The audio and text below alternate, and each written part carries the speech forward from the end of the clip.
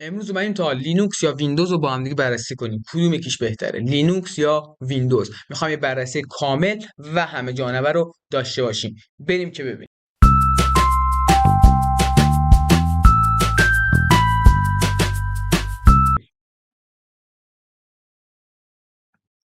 خب، پایه و اساسشون رو میخوام اول بررسی کنیم. ویژگی‌های لینوکس چیه و ویژگی‌های ویندوز از نظر پایه و اساس. خب، لینوکس یک محصولیه خب که توسط شرکت خاصی پشتیبانی نمیشه و توسط افراد زیادی در سراسر جهان پشتیبانی میشه، ولی برعکس اون ویندوز توسط مایکروسافت و کل حقوقش توسط شرکت مایکروسافت انجام میشه و اون کاربر موظف تمام اونچه که ارائه داده مایکروسافت رو انجام بده و نمیتونه زیاد و کمش بکنه، چون از قبل پیکربندی شده و کل پشتیبانیش توسط یه شرکته. ثبات سیستم عامل کدوم یکی بهتره؟ لینوکس یا ویندوز؟ نکته‌ای که در رابطه با سیستم عامل ویندوز مهم است آسیب پذیری اما سبکی آنه. یعنی سیستم عامل ویندوز درست سبکه، درست خوب ران میشه، ولی خیلی آسیب پذیره و شما اگه یه آنتی ویروس قوی نداشته باشید خیلی خیلی سریع و قابل نفوذ میتونید شما هک بشین و به راحتی کل اطلاعاتتون از بین بره و ویندوزتون کلا نابود بشه. اما برخلاف اون لینوکس خیلی سریعه و نیاز به منابع سیستمی گسترده نداره. به همین دلیلی که لینوکس روی سیستم عاملا و روی سخت افزارهای قدیمی سازگاری بالایی داره، ولی ویندوز واقعا اینجوری نیست.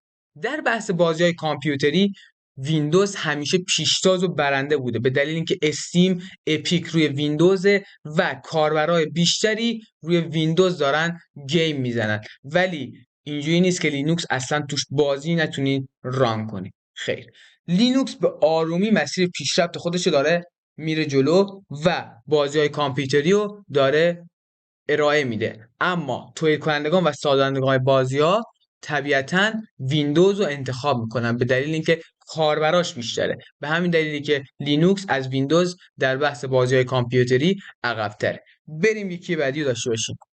سفارشی سازی.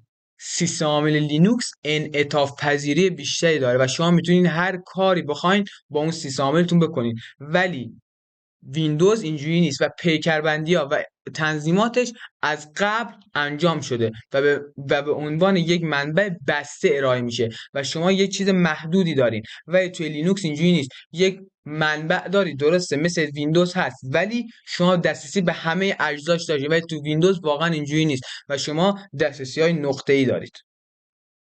و اعمال تغییرات هم از سمت کاربر در ویندوز خیلی خیلی سخته. نمیگم نمیشه و امکان پذیر نیست، ولی خیلی سخته.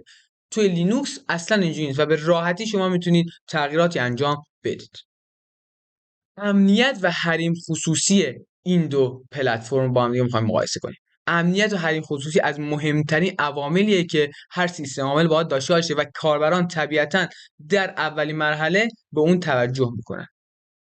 خب، یکی از امتیازهای مهم لینوکس چیه؟ امنیتونه و کاربران مزیت مدیریتی و دسترسی به ریشه و هسته ها رو نمیدهد توی لینوکس.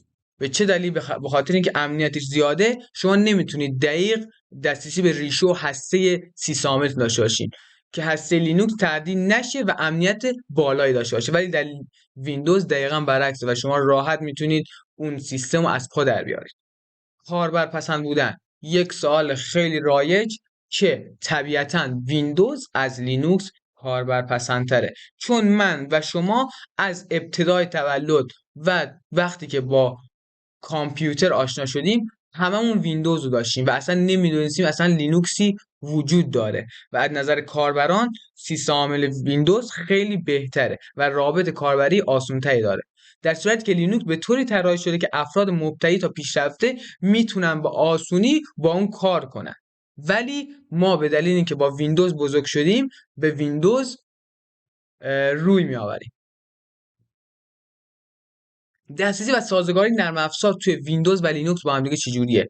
نرم افزارهای رسانه‌ای، طراحی و برنامه‌نویسی و برنامه‌های کاربردی هر دو پلتفرم دارن ازش حمایت و پشتیبانی میکنن، اما در لینوکس برنامه‌ها و نرم افزارهای خیلی خیلی منحصر به فرد ویندوز وجود نداره، مثل فتوشاپ، افتر افکت و پریمیر و چند تا نرم افزار دیگه که در لینوکس وجود نداره. ولی به جاش لینوکس اومده نرم افزارهای دیگر تعبیه کردن براش، مثل دارک تیبل و جی آی ام پی، که با اینکه از فتوشاپ پشتیبانی نمیکنه میتونی از این نرم افزارها به عنوان ادیت استفاده کنی، ولی بازم کاربرا به سمت ویندوز سوق داده میشن. ویدیوی امروز هم به پایان رسید و ما بررسی ویندوز و لینوکس رو با هم دیگه داشتیم. اگر دوست دارید تا نصب لینوکس رو روی ویندوز توسط یک ماشین مجازی یاد بگیرید، حتما این ویدیوی بالا رو نگاه کنید و کانال ما رو سابسکرایب کنید، زنگوله کنارش هم بزنید تا ویدیوهای دیگه‌مون رو اولین نفری باشین که میبینید. علی سکیورم، خدا نگهدار.